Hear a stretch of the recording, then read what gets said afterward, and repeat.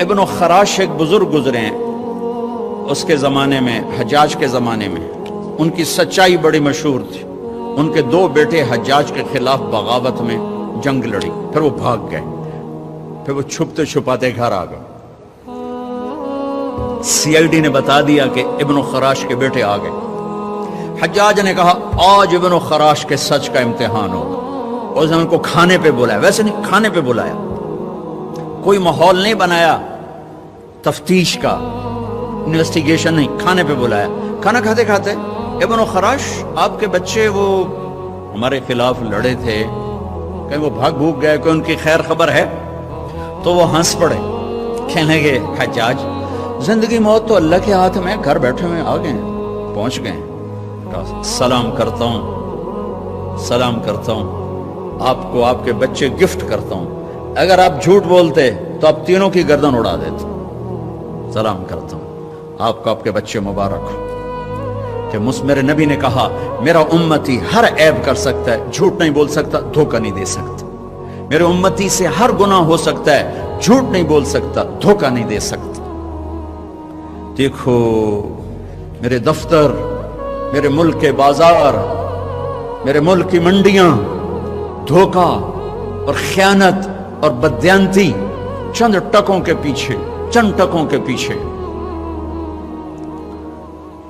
میرے بھائیو، میں جس قوم کے پاس کربلا کی تاریخ ہو وہ جھوٹ بولے، وہ خیانت کرے، وہ نماز چھوڑے، زیر خنجر بھی یہ پیغام سنایا ہے، سب کچھ ذبح کروا دیا، لیکن سچائی کو نہیں چھوڑا۔ حالانکہ یزید کی بیعت کرنے میں استغفار کا راستہ موجود تھا، مدینے جا کے توبہ کر لیتے، اور جنت کی سرداری تو پہلے ہی مل گئی تھی۔ آپ گرمی میں بیٹھے ہو، میں گرمی میں بیٹھا ہوں کہ اللہ معاف کر دے، لیکن کیا پتہ اللہ معاف کرے نہ کرے۔ لیکن یہ تو وہ شہزادے ہیں جو ماں کا دودھ پیتے تھے، تو اللہ نے کہ نبی نے کہا حسن اور حسین جنت کے نوجوانوں کے سردار ہیں۔ حسن پیدا ہوئے، آپ نے کہا علی کیا نام رکھا؟ کہا جی حرب۔ کہا نہیں حسن۔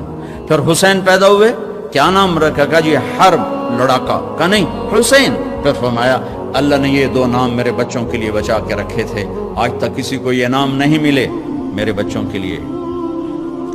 یہ ذبح ہو رہے ہیں، ایک ایک کے سر کٹ کے نیزوں پر چڑھ رہے ہیں کہ سچ نہیں چھوڑنا، دھوکہ نہیں دینا، جان دینی ہے، سچ نہیں چھوڑنا۔ چلو وہ تو بڑے عالی مقام اہل البیت تھے، آپ کو یزید کے بیٹے کی نہ سنو، معاویہ بن یزید 22 برس کی عمر میں حکمران بن گیا، چونکہ اس کا باپ 41 سال کی عمر میں مر گیا۔ 3 بر اعظم پہ حکومت، 3 بر اعظم پہ حکومت، 3 بر اعظم پر، اور 22 برس کی پاگل پن کی عمر، 40 دن حکومت کی، اور سارے بنو امیہ کو اکٹھا کیا اور کہا لوگو میرا باپ ظالم تھا، جبار تھا، اس نے اہل البیت کا خون بہایا، جس کرسی کے نیچے حسین کا خون ہو میں اس پہ لعنت بھیجتا ہوں، یہ تمہاری حکومت ہے، جس کو چاہتے ہو دے دو، میں یہ جا رہا ہوں۔ 3 بر اعظم کی حکومت چھوڑ کے گھر بیٹھ گیا، اور اس کا جنازہ نکلا، وہ خود نہیں نکلا۔ وہ میرا دفتر کا کلرک 100 روپے کے پیچھے ایمان بیچتا ہے، ریڑھی والا 10 روپے کے پیچھے ایمان بیچتا ہے، بددیانتی یہی تمہارے فیصل آباد کا قصہ ہے۔ میں واک کر کے آ رہا تھا فجر کی بعد، تو میری نظر پڑی ایک ریڑھی والا، سفید داڑھی پگڑی، دور سے مجھے نظر آیا، بڑا پیارا لگا۔ جب میں قریب گزرا تو میں نے اس کو یوں دیکھا، اچھا لگا، تو وہ رو رہا تھا، یوں ایک ہاتھ اس کا ریڑھی پر تھا، ایک ہاتھ اس کا پیٹی پر تھا، یوں کھڑا ہوا اور خاموش۔ تو میری نظروں میں تو پہلے سے تھا، جو کہ داڑھی پگڑی سے میں بڑا خوش ہو رہا تھا۔ تو میں نے کہا بزرگو کیا ہوا، آپ کیوں رو رہے ہیں؟ تو اس نے وہ پیٹی یوں کر دی، سیبوں کی پیٹی تھی، اوپر کی لیئر میں سیب ٹھیک تھے، نیچے سارے گلے ہوئے سیب تھے۔